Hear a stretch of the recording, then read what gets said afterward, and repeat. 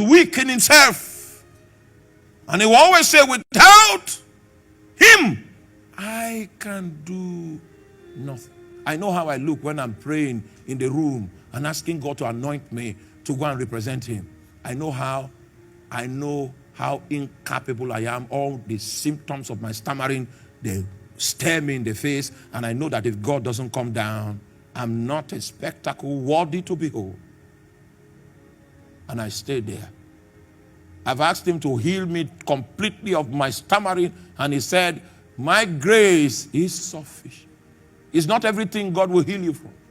Some things he will allow it so that you can still remember how to crawl into his chamber and ask him for mercy.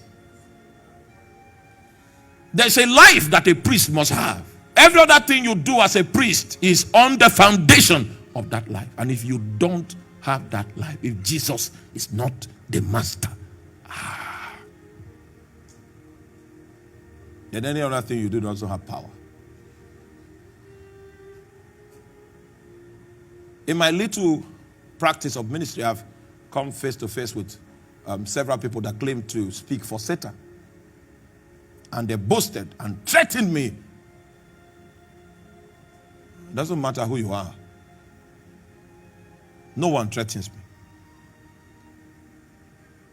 All right? Because when you threaten me, it means you want a battle. Then I will go and consult with the one that sent me.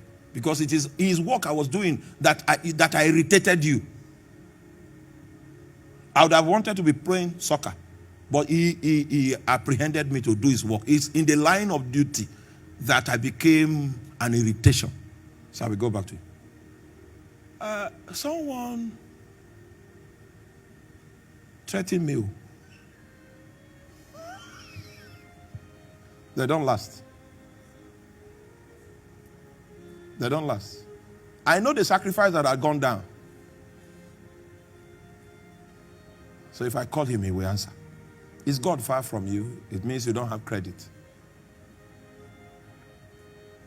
Oh, have you been seeking an intervention and you've not seen it? What is the sum total of the sacrifice that your life holds? Because David said, I will not offer unto the Lord that which costs me. See, people that understand priesthood know that it is a language of sacrifice. When we come tomorrow, and we begin to look at the articles of the priest, then we now try to analyze and find out when prayer is a sacrifice. When is prayer?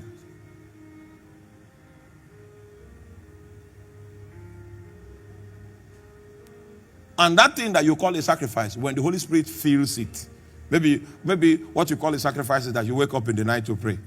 Huh? When the Holy Spirit takes over, you will know you are not doing it with your strength. It will come naturally to you. It means that our priesthood has an enabling power that makes it potent. You will never know that power until you are willing to sacrifice. Then the power comes and it fills you up.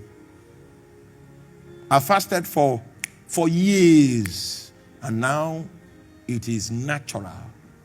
I don't call it a sacrifice anymore because the Holy Spirit has filled it. So I live on sacrifice. I found a grace that makes sacrifice sweet. That is what it means to be a living sacrifice. Because every animal that was sacrificed in the Old Testament was dead before they burned the person. But you submit. Your consciousness is there. It is your choice to submit to him.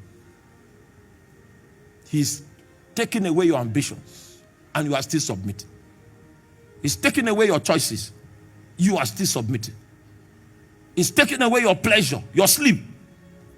You will feel every strand of submission that you bring to the table. You will feel it. You'll be conscious of it. You will know you are losing this. He will come one day and say, that 2 million, take it and go and give. You will be conscious. Your mind will be reacting. You will be conscious of every strand of yieldedness that you bring to the table. Until nothing can stand between you and God again. Not money, no. He has conquered you on every side. you are now a